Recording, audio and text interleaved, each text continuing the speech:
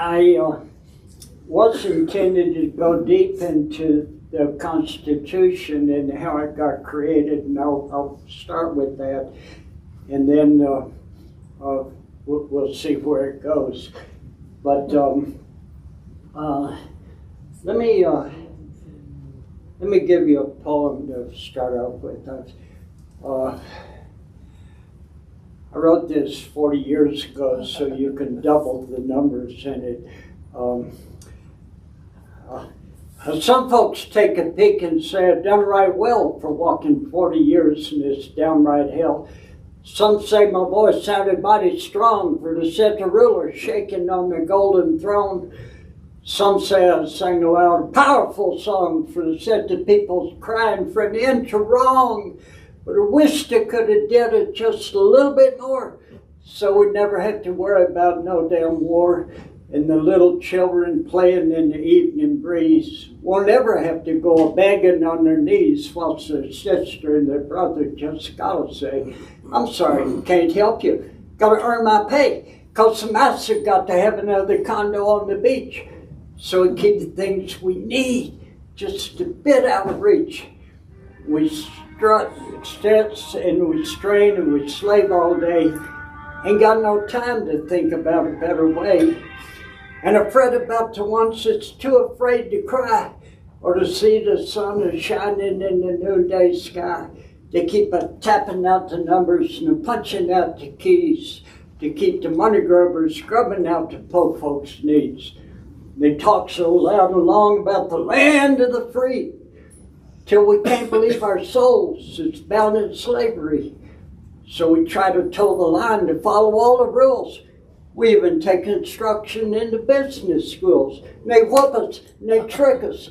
But the biggest sin is when they condescend to wanting to be just like them. So if we study and we practice and we make the grade, then they'll give us a position, say we're highly paid. And as we rake in all the dollars from the games we got to play, we got to keep on justifying till the judgment day. Thank you. So anyway, the basic concept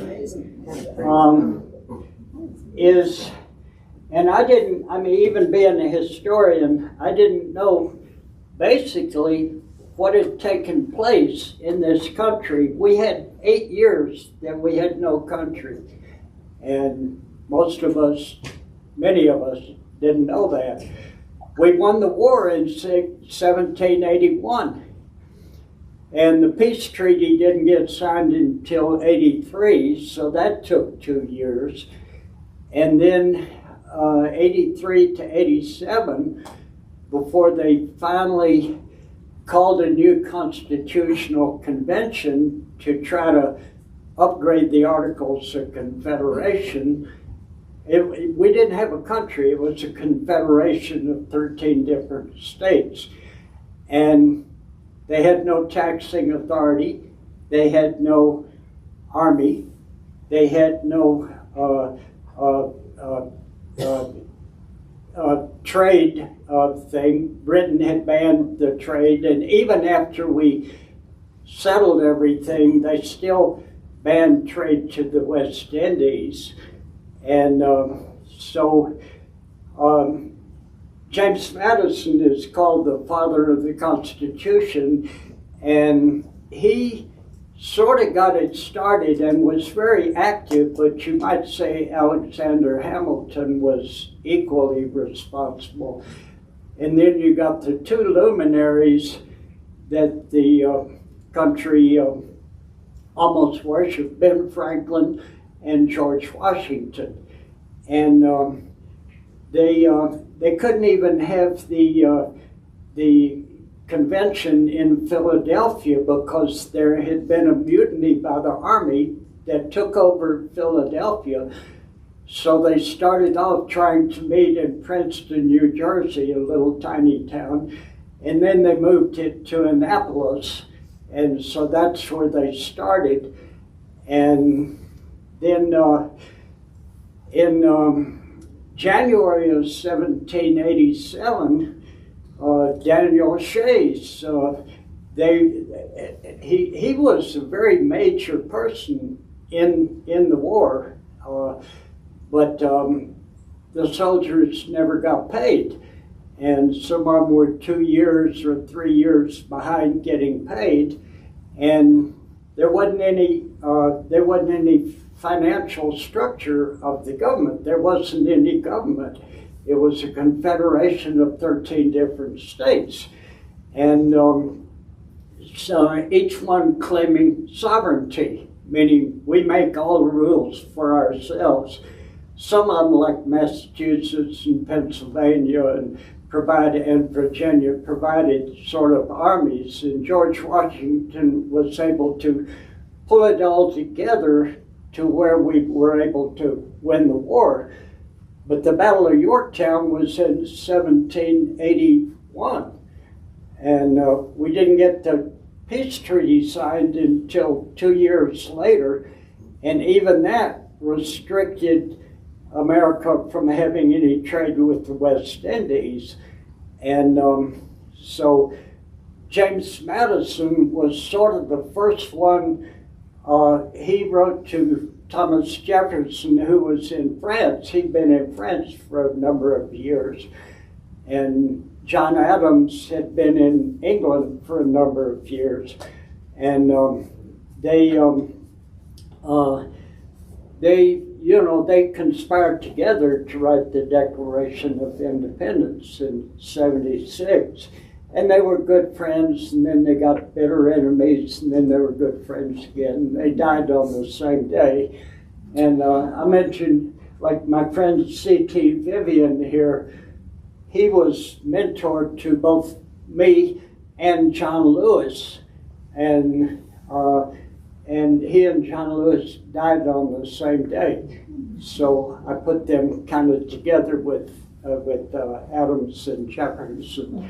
CT was, I didn't get his book here. It's in the Action, but he was my best friend among the top leadership in the civil rights movement. He was SCLC director of branches, and he was a key person who started the movement in Nashville in 1958, 2 years before Greensboro and the sit-in movement. But anyway, I'm going through, I tried to find the notes I was writing this morning, but it was difficult. I tried to get away here with my stuff.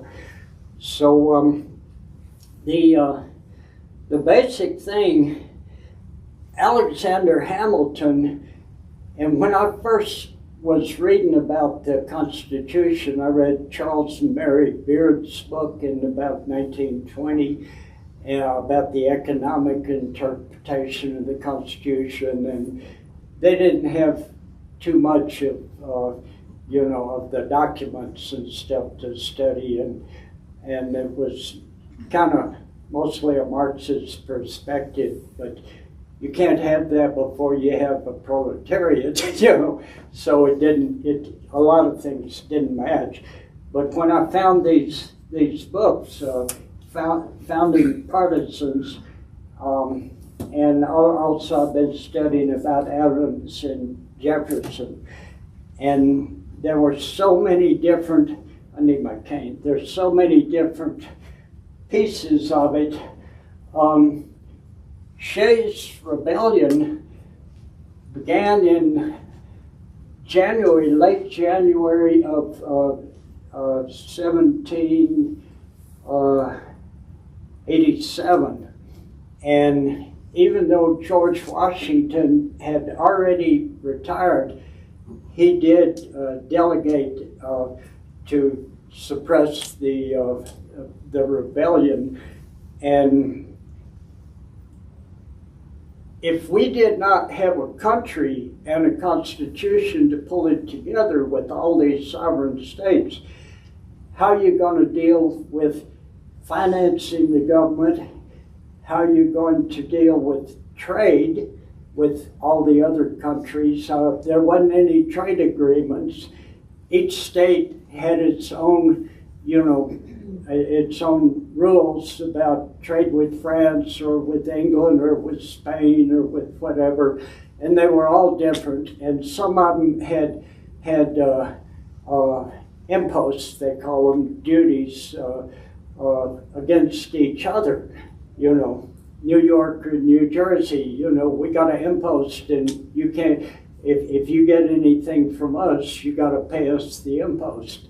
And so it was Madison he wrote to Thomas Jefferson, who was in France and had been there for years, about all of these fatal flaws in the Articles, sovereignty of each state being one of them.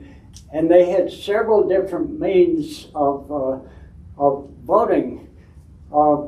Some of it type of issues, you had to have 7 states out of the 13.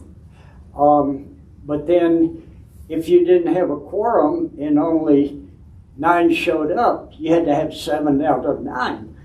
And then some issues you had to have unanimous by all of them.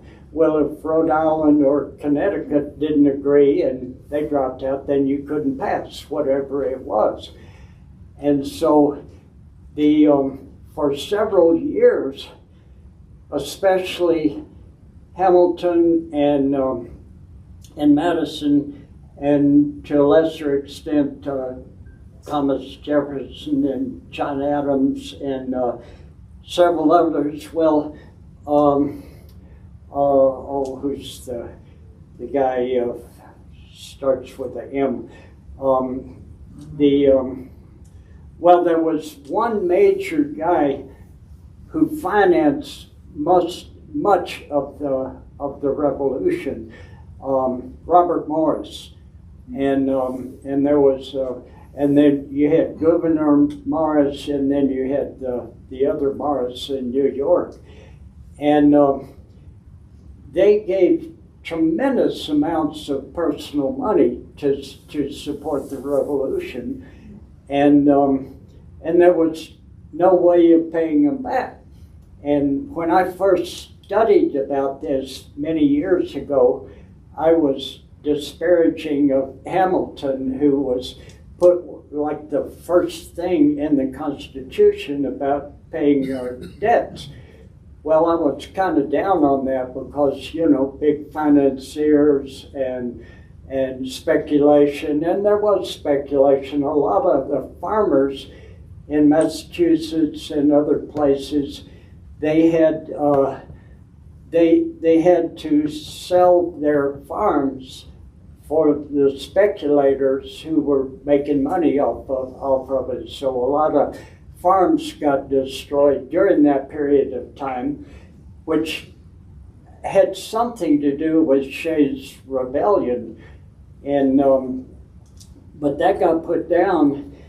And then the people, they tried meeting in Princeton and then in Annapolis, and they were going to meet in Philadelphia, but like I said, there was a mutiny of the troops because they hadn't been paid anything for over 2 years, and there was no money. The Confederation had no money and had no right to tax, and had no executive, and had no right to do anything except pass legislation, which was contended between all of the different states. Each had their own little game going, and some of them had trade with France or with England, and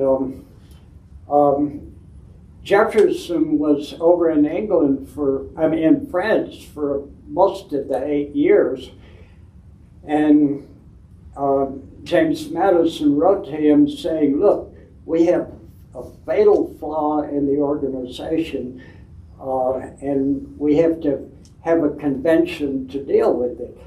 So they tried to have a convention, and they couldn't get a quorum to show up from the different states. So then they designated 2 months later in May, we'll try one. And so that they finally first, it took 14 days late before they actually got a quorum. And then some states didn't participate or didn't show up. And New York always had a divided representation. Alexander Hamilton was one of the representatives from New York, but they had their own trade agreements, and he tended to dispute what the New York delegation was saying or doing. So when they actually got the convention together in Philadelphia, the only man to be able to run it, who had the prestige and the competence, was George Washington. So they made him president of the convention. And part of the reason he had already retired and wanted to just spend his time at Mount Vernon, but then he spent a number of weeks hiking up to near Fort Pittsburgh and around and meeting with people, and he had bought a lot of land as a speculator when he was a surveyor 30 years earlier, and so he wanted to see what was happening with his properties, and one of them had a religious group.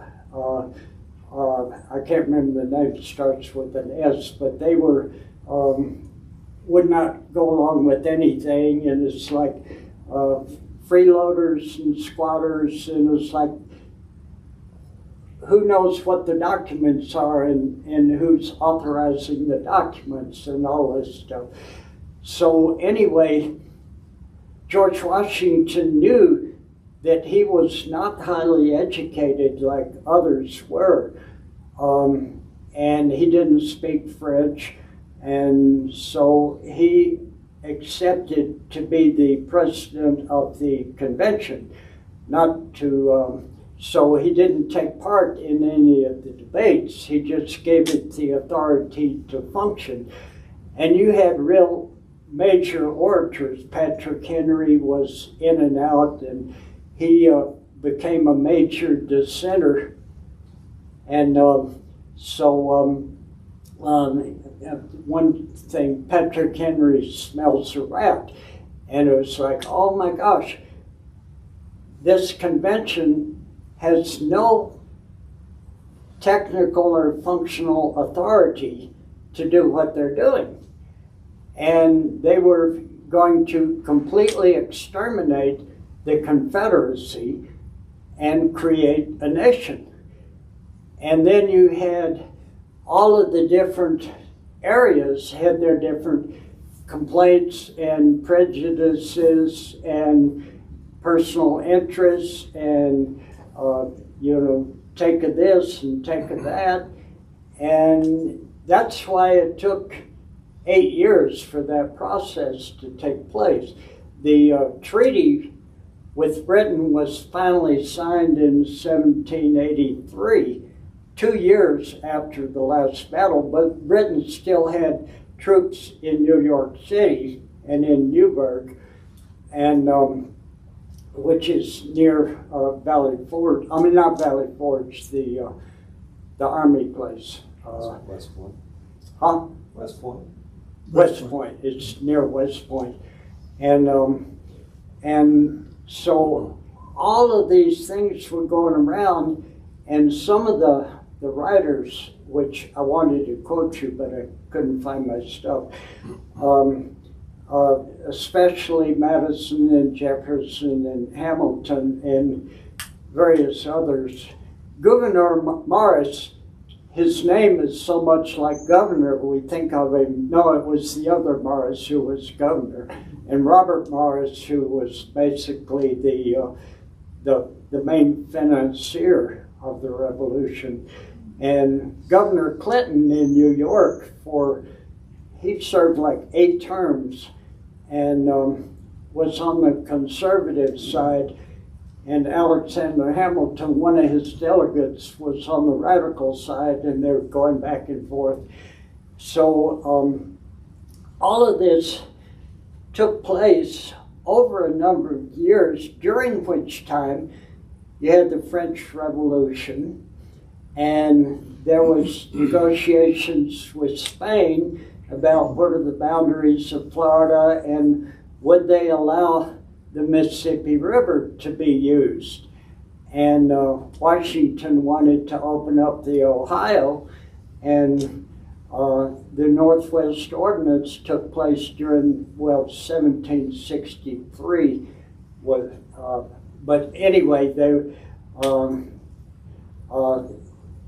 Washington was very significant in everything except, on the negative side, he was one of the key people that pushed the Northwest Ordinance to open up Ohio to settlers going in, and the battles against the Indians, and Indians had no rights at that time until, in Georgia, when Andrew Jackson became president and the Supreme Court said they have a right to their land, they're living properly, they have communities, and Andrew Jackson said the Supreme Court does not field an army. So then he did the Trail of Tears and moved them all to Oklahoma. So one of the things they did consanguineous with Britain had abolished the slave trade from Africa for 1808. And when they finally passed the Constitution, they decreed the same date that they would stop the African slave trade in 1808. And many people were thinking that slavery would eventually wend its way out until Eli Whitney came up with the cotton gin, and that made slavery more profitable. And so then the South got more and more rigid. And then we had the second revolution called the Civil War. And so all of these factors, you had individual power people with money or arms in each different state trying to make the new Constitution favor their state. And the first major thing for 2 years was the big states and the little states against each other.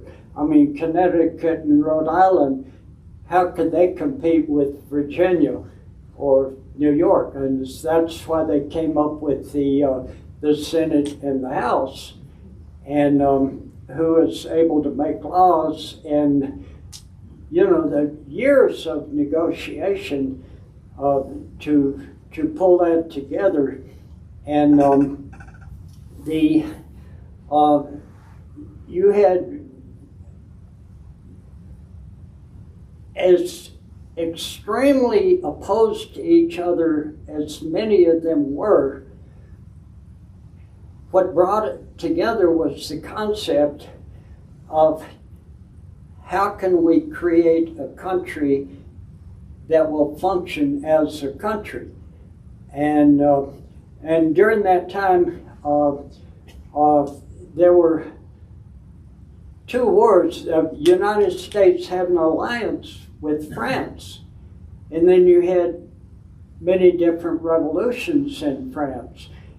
And then you had the Sans-Culottes and the Jacobins and the aristocracy and the bourgeoisie, and back and forth and back and forth. And Jefferson was in France and agreed with most of the movement at that time, but even he saw that it was getting out of hand. And so, like George Washington and other people thought, well, you can't have too much democracy because the people as a whole will do anything. There's no regulatory structure. And so Jefferson came back at Madison's request to try to convene the convention, and like I said, nobody showed up at the first try, and then there was a second try that they were going to have it at Annapolis, and then they finally liberated Philadelphia somehow, and they finally had the final negotiations in Philadelphia, and so at one point, well, Britain and France were going to war against each other, and Adams was supporting Britain and Jefferson was supporting France, and it's like, and we had a treaty with France. But then they looked into it and they're, well, the treaty is a defensive treaty, and France had started the war, so it's not a defensive treaty to support the aggressors. So they sat back and they tried to watch out for their borders, and you had the privateers with John Paul Jones and stuff going on, and Britain was impressing seamen. They would capture a U.S. ship and claim the seamen on the ship were traitors to Britain, and they would impress them to be in the British Navy, And so all of these things were going on for that entire period of time, and meanwhile there was more expansion in the West. Kentucky, joined, and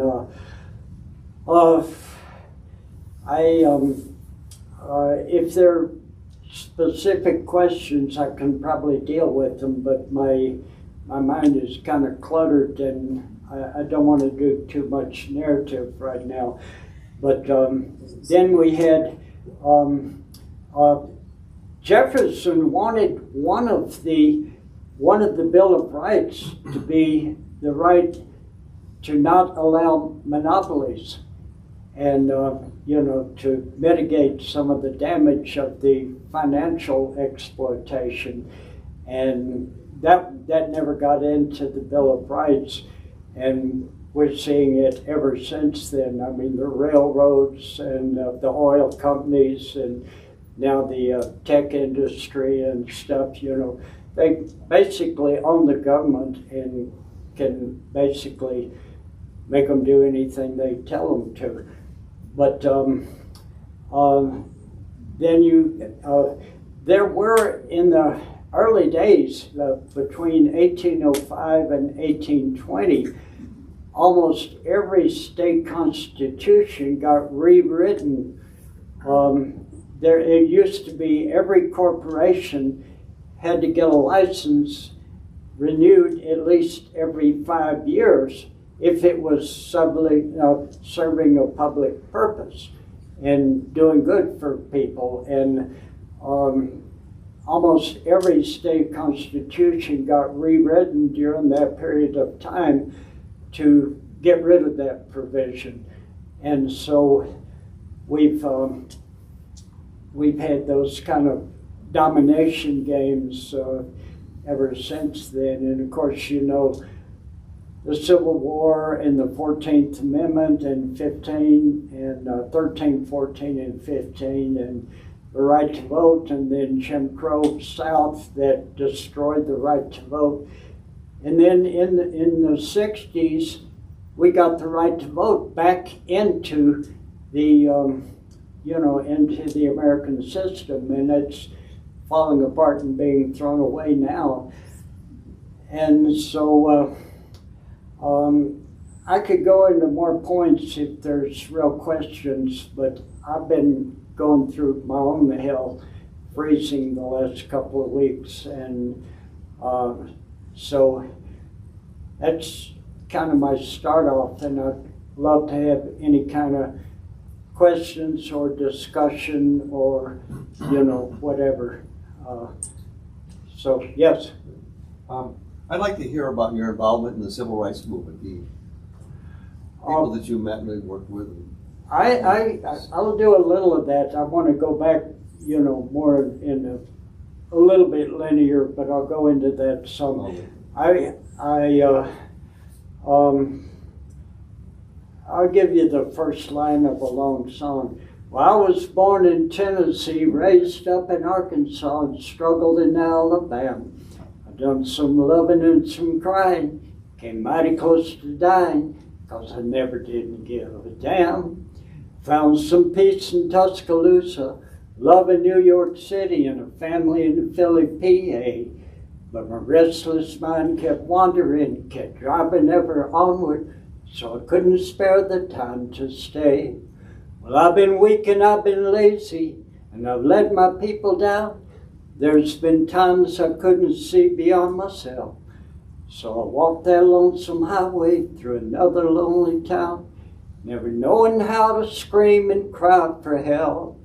We've wasted all of our lives in a wish that we'd be happy, trying to run from all the heartaches and the fears. Can't seem to face the time, didn't listen for the pure and simple I'm sorry, I haven't done it for a while. Yes? Tell us about the painting. Oh, my gosh. One of the reasons I was never allowed into the Boulder Elite, because I've done heavy labor my whole life. And, you know, even though I've got degrees, I didn't get them until I was in my 50s. And so I worked on the docks in Chicago for 20 years or more. And after my Teamster job, I got blackballed because I was organizer, rank and file organizer for.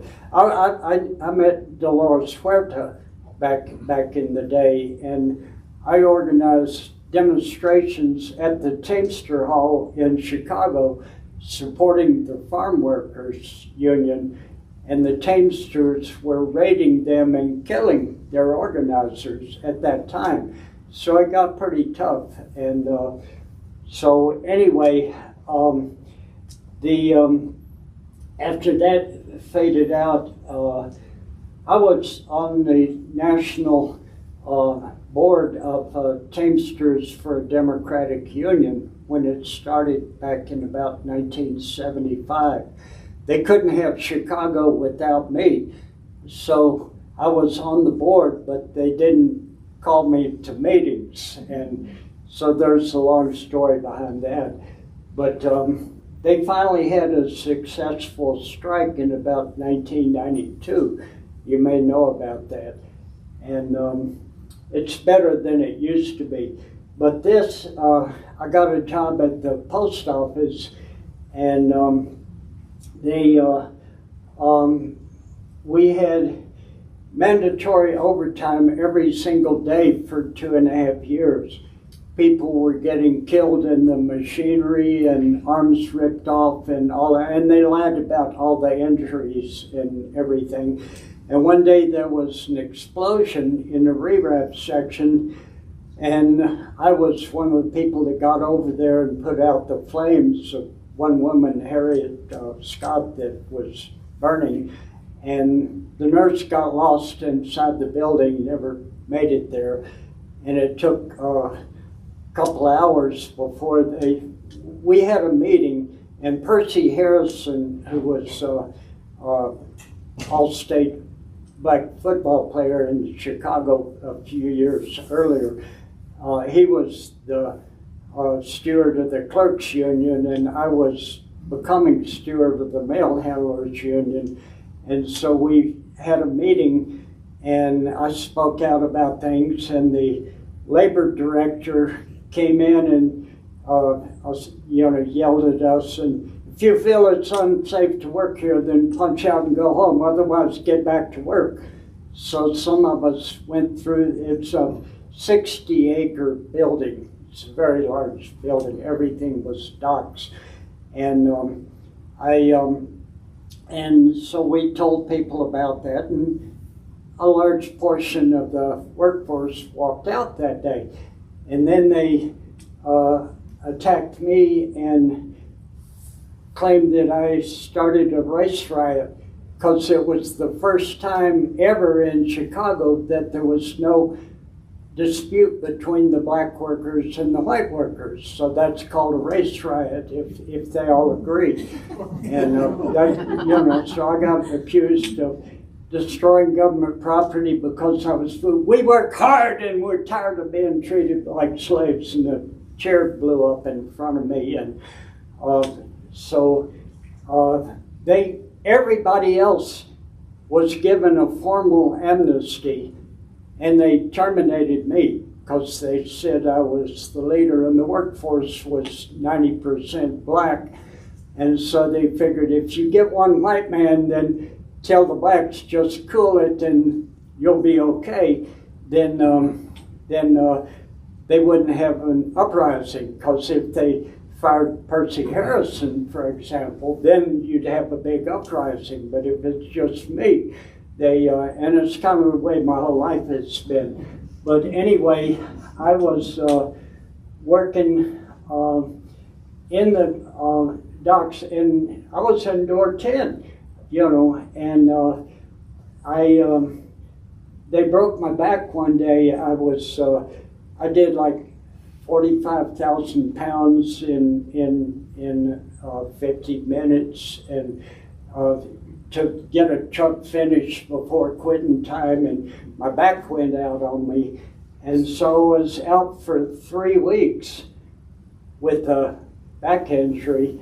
And so anyway, I forget the exact moment, but I sketched, one day the belts were down for about 15 minutes, so I sketched a tree.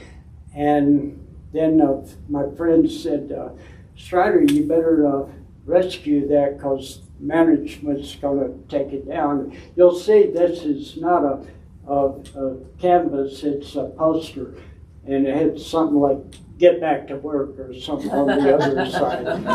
So anyway, I was off 3 weeks with a broken back, so it just started growing. And it grew from the inside out. And then I remembered I was in door 10, and Joan of Arc, one of the reasons that she was burned at the stake was because they imprisoned her in a tower dungeon, and she tried to escape. So that's what the bars are about. And they said that she was a witch because she thought she could fly. No, she was trying to escape. And so anyway, the name of it is Breakout, and that's the only painting I've ever done in my life. So that's the story of the painting. So, more stuff? Wow. Yes. Oh. To get back to the original topic, wasn't one of the reasons they could never get a quorum for the Constitutional Convention a problem with travel and distant travel and how long it took, and people having to come from much farther away? It would often take 4 days to 4 weeks to get there. And the beginning, when there was a major rainfall, and even George Washington, it took him 4 days to get from Mount Vernon to Annapolis, I think it was. And so that was part of it, but some of the states, like occasionally Rhode Island or Connecticut, they didn't want to participate. And so that's where you had the discrepancy in the severity of what is a quorum and how many votes count. And they had a rule, most of the issues, they had a rule that each state had one vote. So like New York was usually divided. You might have, and any state could send as many delegates as it wanted. Virginia might have 20 delegates and Rhode Island might have 1. And but you could only get 1 vote. And so the New York delegation would often split, one, supporting or against some particular issue or other. And that's how both of those things were involved. And then you had, each state had different trade relations. with the colonies or other countries, and they will often put tariffs against each other. You know, New York had a tariff that Connecticut could not buy goods in New York unless they paid a tariff to New York. So that was one of many factors. And the Bill of Rights didn't come until 3 years later, because you had to get something passed. And that was passed with the provision that there would be a Bill of Rights eventually. 1791 is when that finally came in. So, cover it. Some more? Yes. So I just want to let you know that the Philadelphia Convention Center Yes. has a video that goes in the round with one speaker, and it's about justice and freedom for all. Yeah. And it goes into how that was written, but there was still slavery, women couldn't vote, Yeah. and all that. And it really puts everything in perspective. Because I took my grandkids, I wanted them not to take for granted what we have today, because it didn't give freedom of slavery. They still had slaves, Yeah. and women couldn't vote. Most of the people, many of the people that were involved in the Constitution recognized and saw that and knew that the Constitution would have to evolve. And then it went backwards after Eli Whitney and the Cotton Gin, and it made it more rigid south and north. And like I had mentioned, the first major opposition was small states against big states, and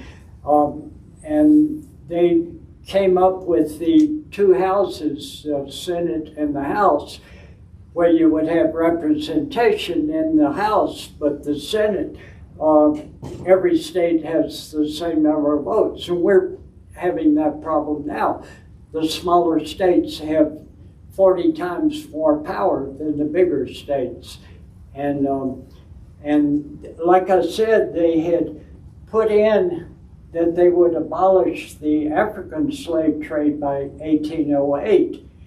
But by then the cotton gin had already become, and then you had Nat Turner's rebellion in South Carolina, and then it got more and more rigid than it had been.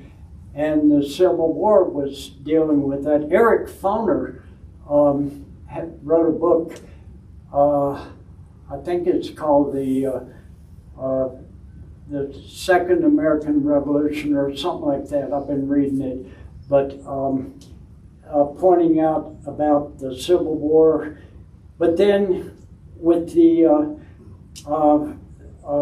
when they, Tilden actually got more votes than who was it Grant? Hayes, yeah, Brother B. Hayes. But they cut a deal, and it took 3 extra months, and Hayes got in by 1 vote. Oregon had a mixed delegation, and he got 1 vote from Oregon. You had 3 governments in Florida, 2 in Louisiana, 2 in South Carolina. It's like, who counts? Which government counts? And all of that was going on at that period of time. And John Lynch, who was a black congressman from Mississippi, who I think served 3 terms in Congress, and he was delegated president of the Republican Convention in 1884, and very highly regarded. He wrote a number of books. I've got about 5 of his books, and he wrote about what was taking place in Mississippi and the whole thing about the Constitution, and Jim Crow was already happening then, and the abrogation of black people's right to vote, which we didn't really get back until Selma, which is my life. I hitchhiked to Selma at the in the winter of 64 and 65. And so we thought we were doing pretty good. I mean, creating a democracy under the difficulties that it had begun with. And just the last 20 years, everything has been rolling backwards, and it's scary. It's really, terrifying right now. So, more so. I have a question. Yes. I'm almost embarrassed to have to ask this, but I don't think I've ever been told. What exactly is a confederacy? What is its structure? And what is its purpose? What does it accomplish without being a confederacy? Well, Confederate. you got the Articles of Confederation, which bound all of the colonies together, and they had a Congress, but they did not have an executive branch. They did not have a judicial branch. They could not tax. They could not finance or field an army. And then the Southern Confederacy was trying to create a nation against the United States. And this part of how that happened was, Abraham Lincoln was actively against the war in Texas, in the Mexican War, 1846. He spoke against it and voted against it. And, the song, for Texas and freedom, with the Alamo song. And no, it was for Texas and slavery, because Mexico had abolished slavery. And Texas, it was 95% Southerners who, after the Civil War, before the Civil War, they were already moving into Texas and they wanted their slaves. And that was when you have 19th, Juneteenth. The reason it was so significant was in Texas, black people had not even learned that they had been freed by the Civil War. And when the troops came down to Galveston and announced that, then that was Juneteenth. And in the Civil Rights Movement, most of us never heard of it, didn't know anything about that. We knew some migration into Texas, but we didn't know the particulars. But the Confederation basically meant just a bunch of, they were sovereign colonies decreeing themselves to be states back in the 1780s, 1770s. But they didn't have an executive, and they didn't have a judiciary, and they didn't have taxing or trade authority, and nobody to pay the debts, and nobody to pay the soldiers. I mean, the soldiers mostly came from individual colonies, which became states, and some of them paid their troops and some of them didn't. And that's what the rebellion, the mutiny in Philadelphia, they took over Philadelphia, and the Congress could not meet, for a couple of years. So a confederation, the Southern Confederacy was trying to create a slave nation. And they also wanted to expand and take over Cuba and Nicaragua and make a whole slave empire in the Caribbean. And that was part of the game that was going on at that time. So, and slavery wasn't as bad in Cuba as it was here. But anyway, yeah, does that kind of cover that? Well, you mentioned a lot about it, what it did not include or what it could not accomplish. What was its purpose? What was it to accomplish? What brought them together, or what unified them, or what's the benefit of having one with all the things that it didn't include? Well, it was basically the impost and the Boston Massacre, which was not very big, and really it didn't even take place at Bunker Hill, it took place at Breeds Hill, a couple of miles away. But, and Lexington and Concord, especially Massachusetts, and then quickly thereafter Virginia and Pennsylvania joined up with them. And I don't even know the date at which they actually created the articles and they had a Congress. But they had a Congress with no executive and no judicial and no trade laws, and everything was each individual state. They called themselves states at that time, but it was the same as having been colonies. So, yes, Mark. Could you say a few words about what the Constitution says about executive orders? Where does the money come from to enforce these executive orders if there's no legislature involved?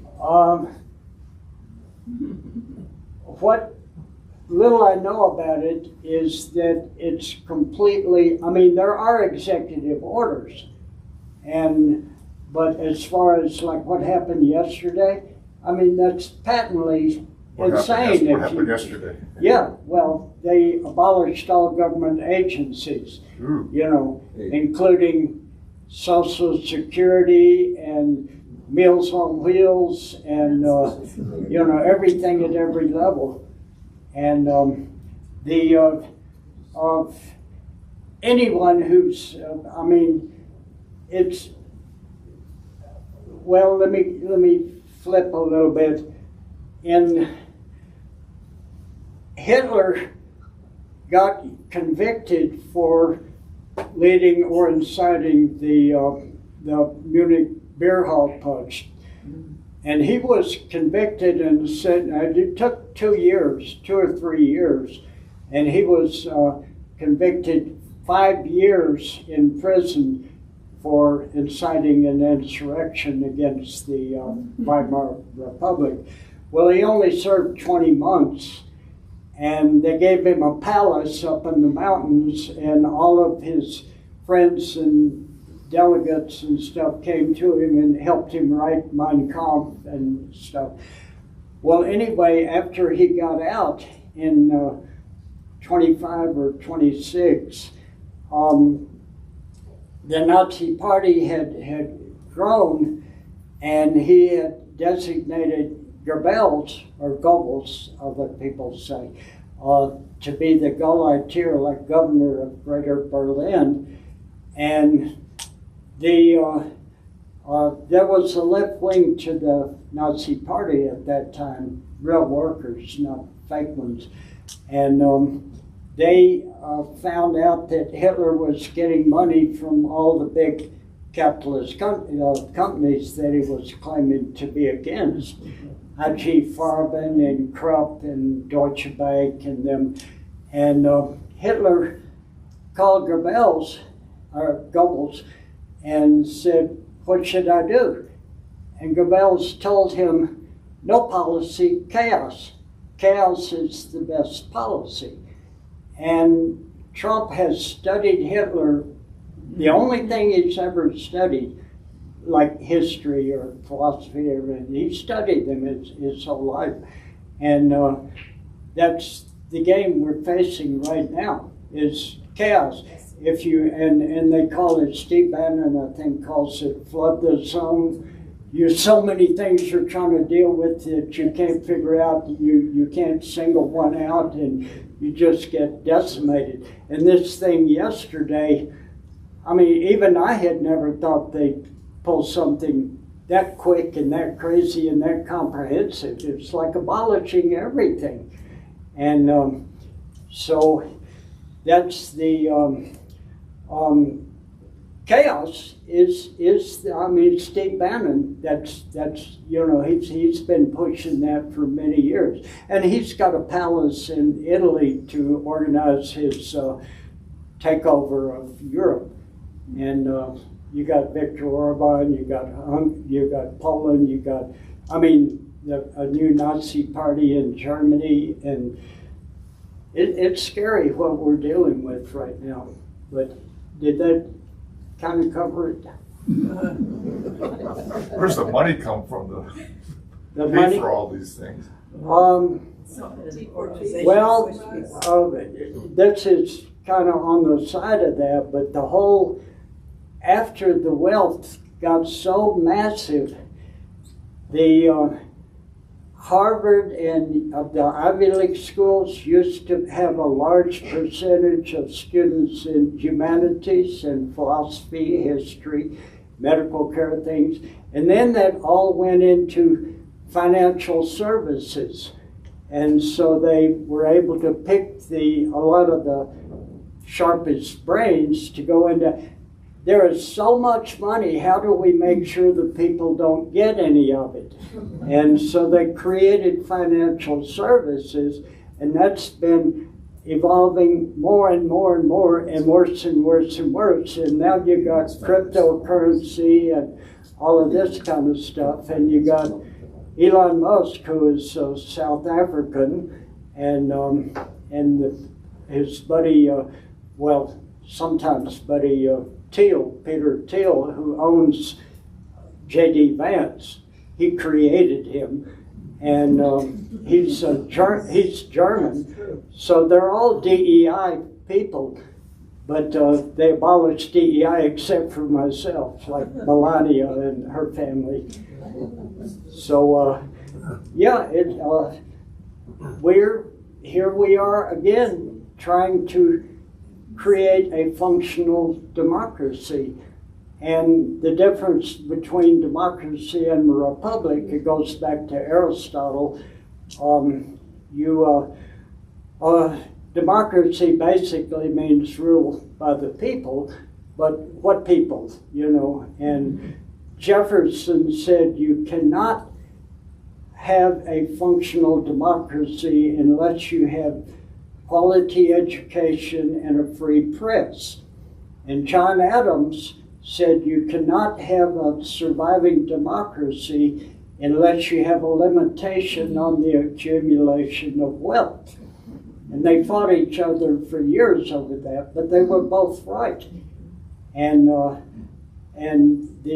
there is no limitation. I mean, this guy, what's he got, $400 billion? I mean, it's like, so we're trying to deal with the upshot or the downshot. And what we were about in the civil rights movement, the first thing in Mississippi in '64, it was to have basic human rights, and they didn't have voting rights in the thing because it was too dangerous and Johnson didn't want it. I mean, it was active in the movement, and we had the freedom schools, Howard Zinn and Goodwin, but anyway, trying to teach real history and people knowing how to empower themselves. And Fannie Lou Hamer was one of the main leaders of the movement, and she only had a 4th grade education. And when she spoke at the Democratic Convention, Lyndon Johnson saw her on TV and called an immediate emergency press conference so that cameras would get away, but they came back and they showed her speaking that night. I met her that day on the boardwalk in Atlantic City. But, a lady at the end of the convention in September of 1789 or 87, I forget, Benjamin Franklin was leaving at the end, and a lady asked him, what kind of a country do you have? And he said, a republic if we can keep it. A republic basically is rule of law. A democracy is, by the people, but which people? Andrew Jackson did the Trail of Tears, but he empowered lower class white men to have the right to vote. And that was, and you see our current president, he's got the picture of Andrew Jackson on the wall behind him. And he never heard of the other one that he just started worshiping McKinley, because McKinley is for tariffs. Well, that means that the people have to pay, we have to pay more money that goes to the government, and everything is gonna, inflation is gonna go out of sight with the tariff game. But that was why they had to come up with the income tax, because used to be the government was financed by tariffs. And then the income tax was like, well, rich people ought to actually pay something. You know, they basically own everything. And that was where that came in. So that was 1913. So, yes? Consider yourself an activist now? Given whatever my body or mind is capable of, yes, I've been at it my whole life. And growing up in the South, I mean, I lost everything. They destroyed my home and my family and several times. And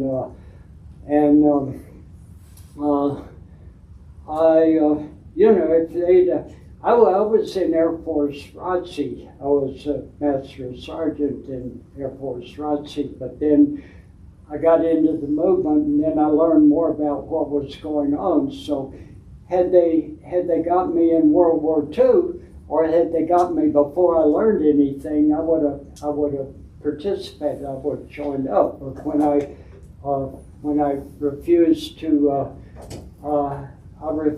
to be drafted, then they grabbed me out of the movement and sent me down to Mobile and tortured me in prison down there, in jail. I never got convicted. And it was a miracle. Well, in my cell there were 22 white guys, and they kicked me onto the floor and they said, apologize to the structure, but it's real words. They said, here's this nigger-loving commie Jew you boys been reading about, and want you to take real good care of him. And I was 22 white guys in one cell 24 hours a day.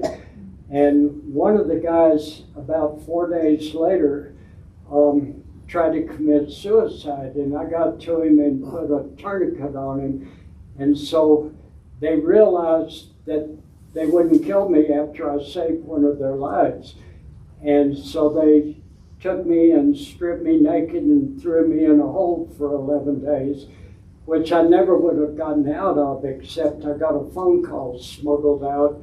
A French prisoner across the hall was getting out, and I gave him the number of the Freedom House in Selma, Alabama, and I told him, you got to talk to Stokely Carmichael, because he's the only one I know I can trust. And they had killed Jonathan Daniels the day I got out of jail in Marengo County, and so that's a long story. But anyway, Stokely called Bayard Rustin. He's the one who created the March on Washington, and he called up the Mennonites, and they called up the government and said they knew I was in there, so then they couldn't kill me, and I finally got to go into court. And I'll close this up with a quickie.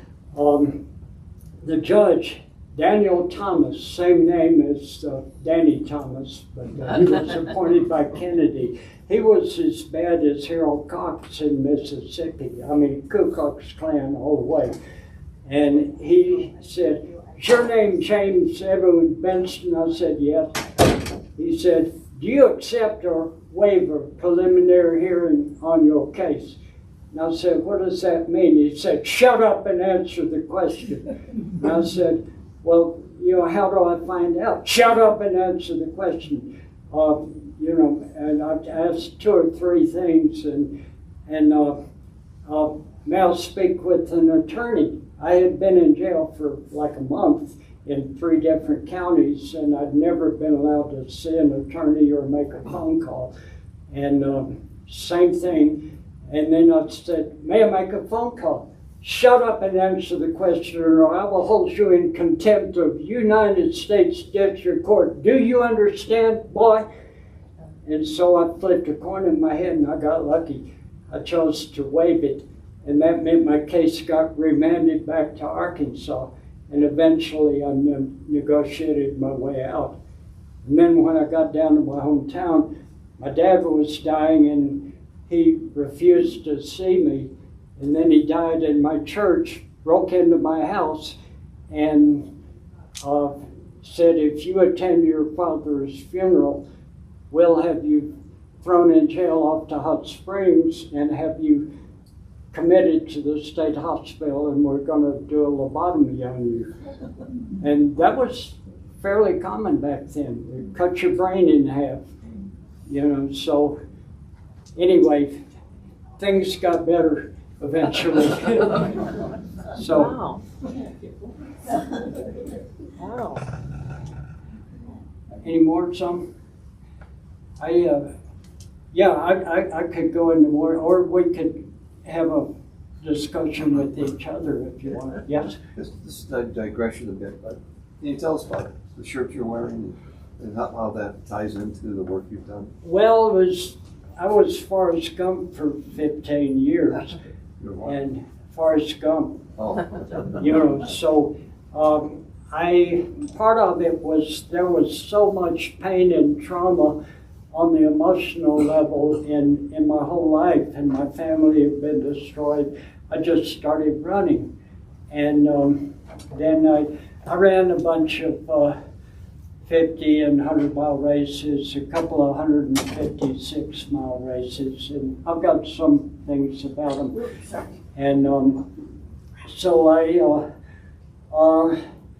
and then I was still working at the post office. Well, I got a job at the post office, and that happened at that same period of time. And so this one is, I think, Glenwood Springs. It was, I've got a picture somewhere up on top of a steep mountain, and it was, I think this one was a 35-mile race in Glenwood Springs. I can't remember. I got a lot of shirts. And so part of the thing was to burn out the pain and stress. And if I could, I was going to write a book about this 20 years ago, but many things have happened. If I can do an activity that will give me the strength and the courage to overcome what I'm dealing with. Like I taught myself to run barefoot in the winter time in Chicago and over the mountains here in Boulder. And if I can deal with that, that'll give me more strength to deal with deeper levels. You know, if I can fend off physical, which is kind of hard now because my whole body's breaking down, physical pain, then I can deal with the emotional and other levels. So that had a lot to do with it.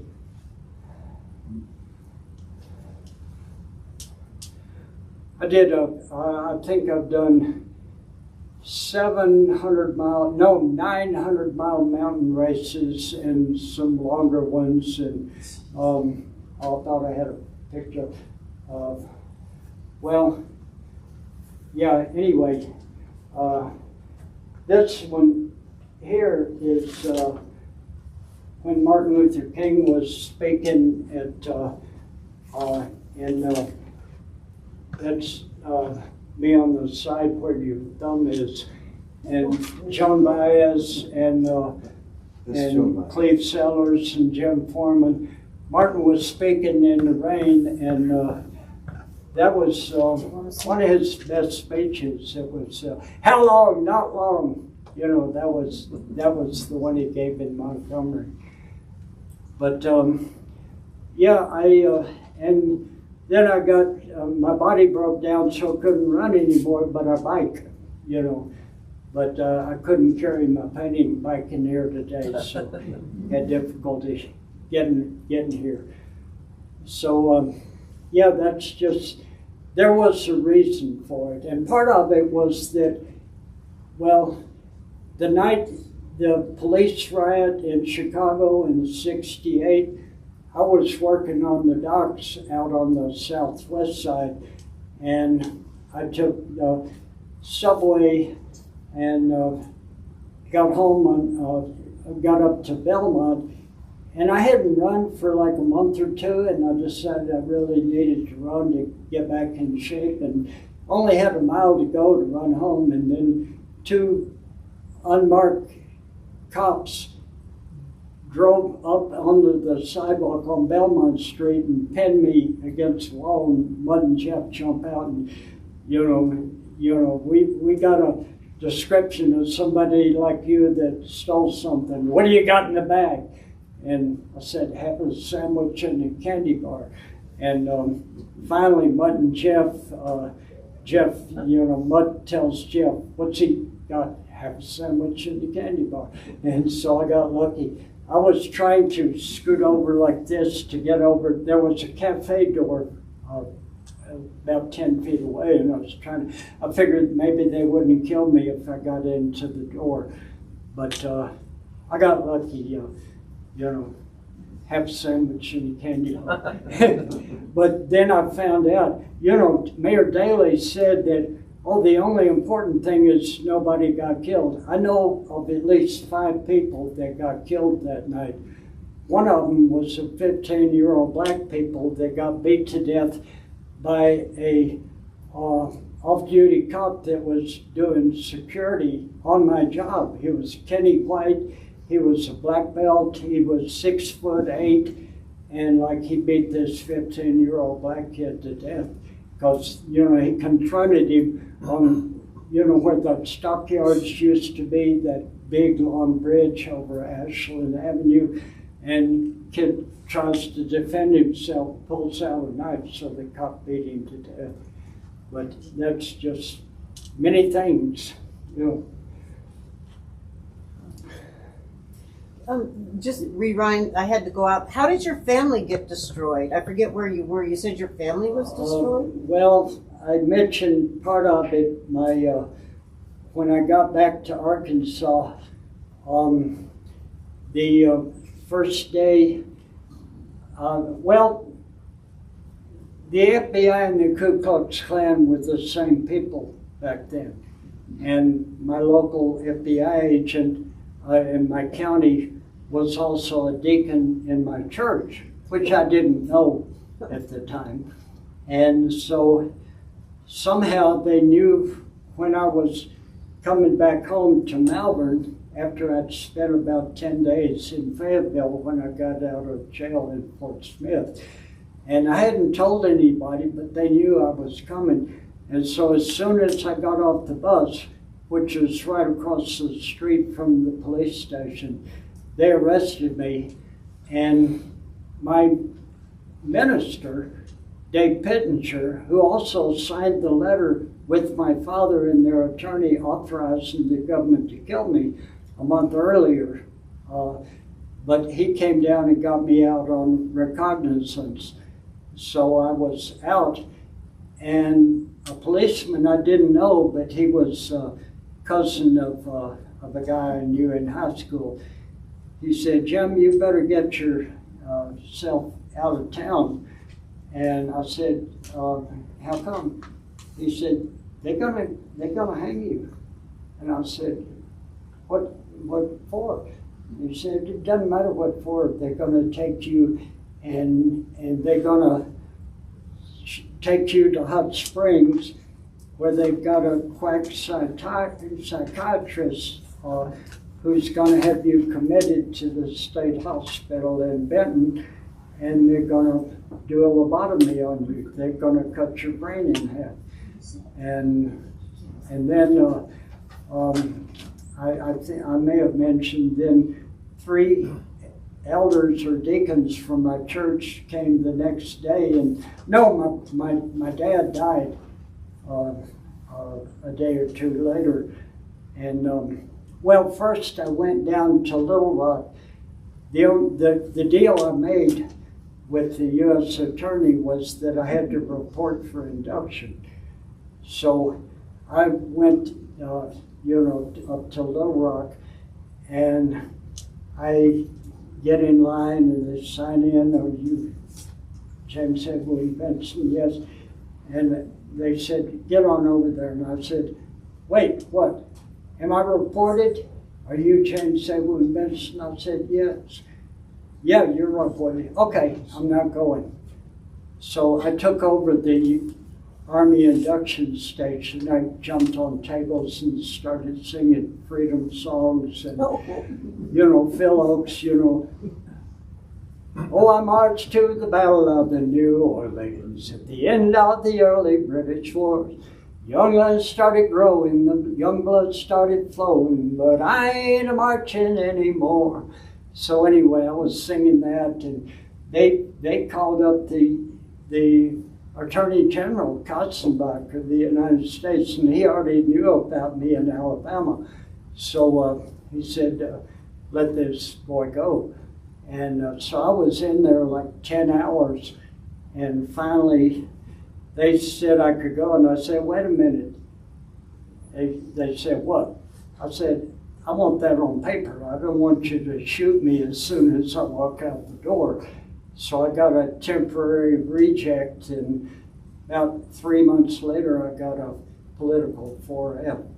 So, and I've spoken down at the United States Air Force Academy several times with 800 people there. So the military is the only part of the system that has never bothered me since. So. You spoke at the Air Force Academy? Yeah, there was 2 of them were official Air Force Academy assemblies, and I've got the book published from them. One of them I had a dialogue with David Gergen, who was the keynote speaker, and also with Theodore Sorensen, who was John Kennedy's chief of staff. And I asked Gergen a question. There's about 800 people there, mostly military, and he rambled for about 500 to 1,000 words, and then he said, they always tell you never answer the last question, and now I know why. And then he spent another 500 words trying to finish his answer, and I met him at the dinner afterwards, and he acknowledged that. But at the closing dinner, it was a 4 or 5 day conference, and Theodore Sorensen, John Kennedy's chief of staff, he was the keynote speaker at the dinner. And then, and I've got this in the book if you want to see it sometime. I asked him about the, we've gotten this kind of victory in Iraq, and it was 1991, I think, or 93, I forget which year. And he said, and I asked a question, and can we trade nature for debt, or something like that. I went into a little bit elaborate, but not very lengthy. And he said, I'm glad we had one more question.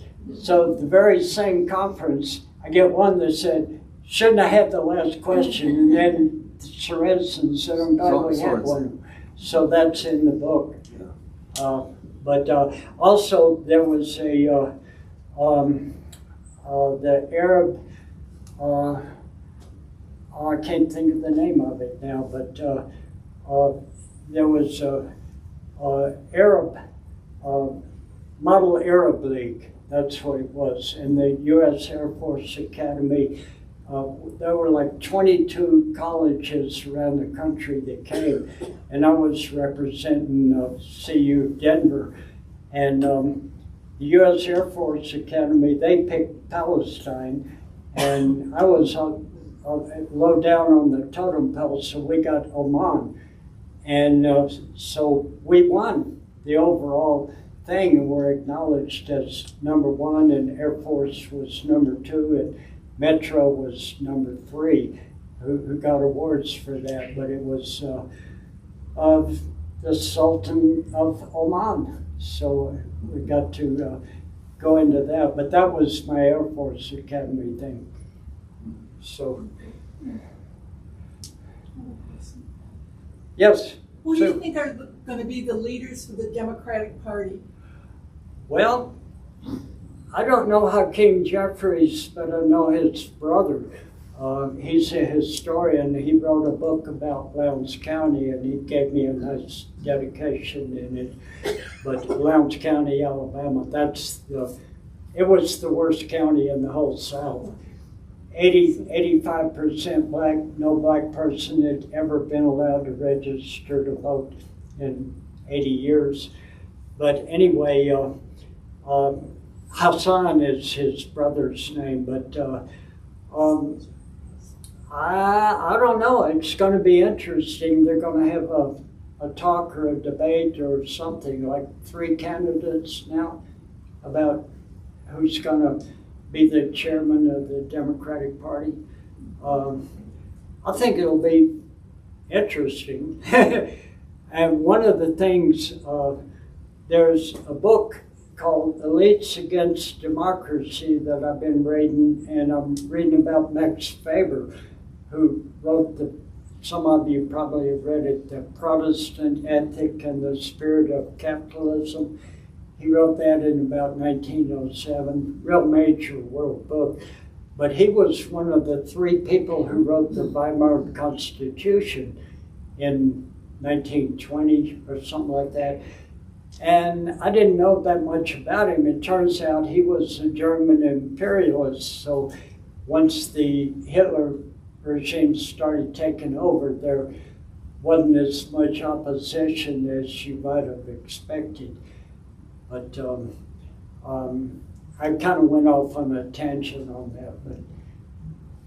But some more? We could have crosstalk if people are interested in bringing out things to discuss more generally. Any technical? Well, I have a question. Yes. You've got an indomitable, if I'm saying that right, spirit. What do you think has kept you, given you the energy and the wherewithal and the dedication, and between the physical, mental, emotional, and spiritual ability to accomplish the life that you have accomplished, which I think is pretty amazing? Wow. I mean, it doesn't have to be a complicated answer, but something.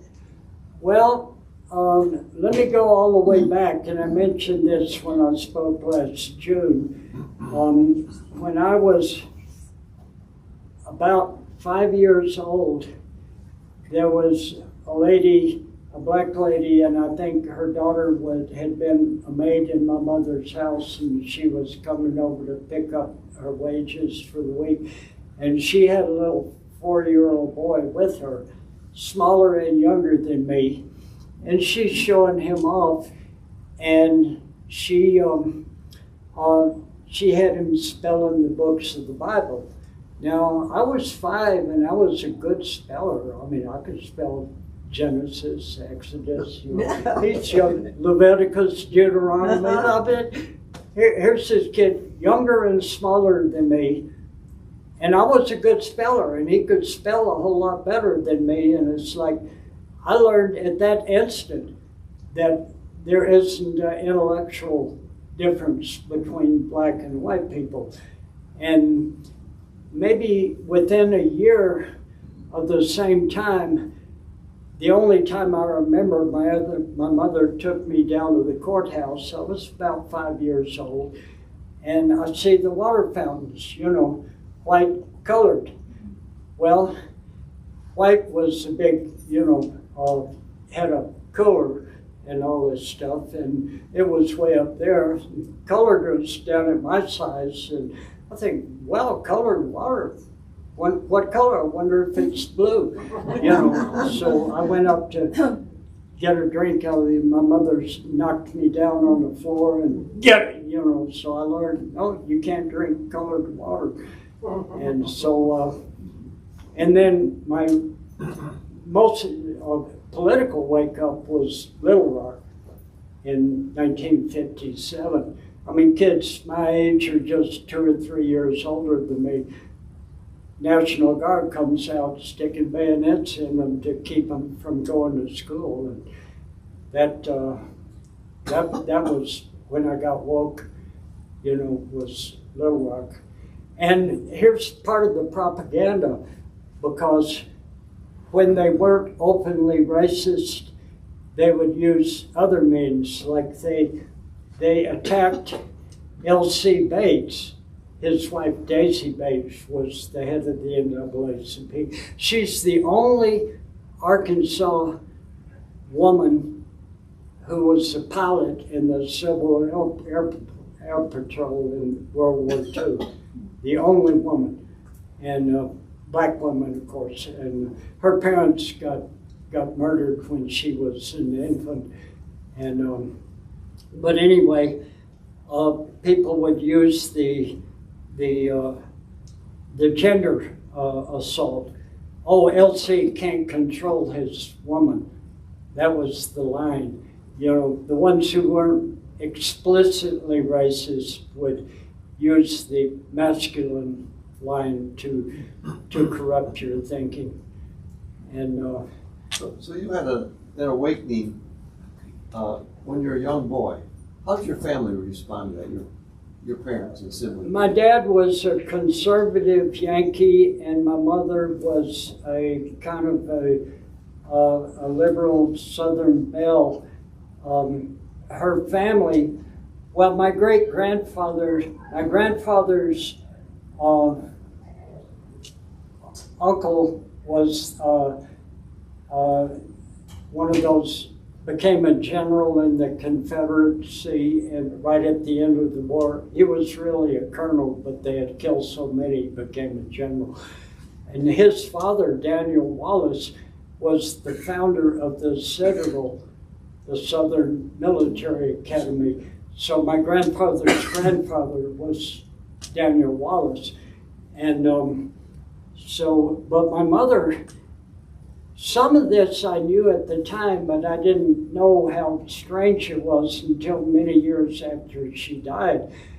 She was often the only white woman in town that would go to black high school graduations and weddings and funerals and stuff. So she was, you know, she was a Southerner, big time, I mean, for real, but they never used the N-word in my house.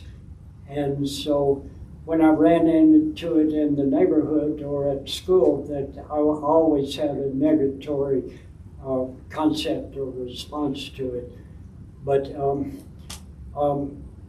my dad, he discovered a mineral that's named after him, Benstonite, and he worked out the formula and everything.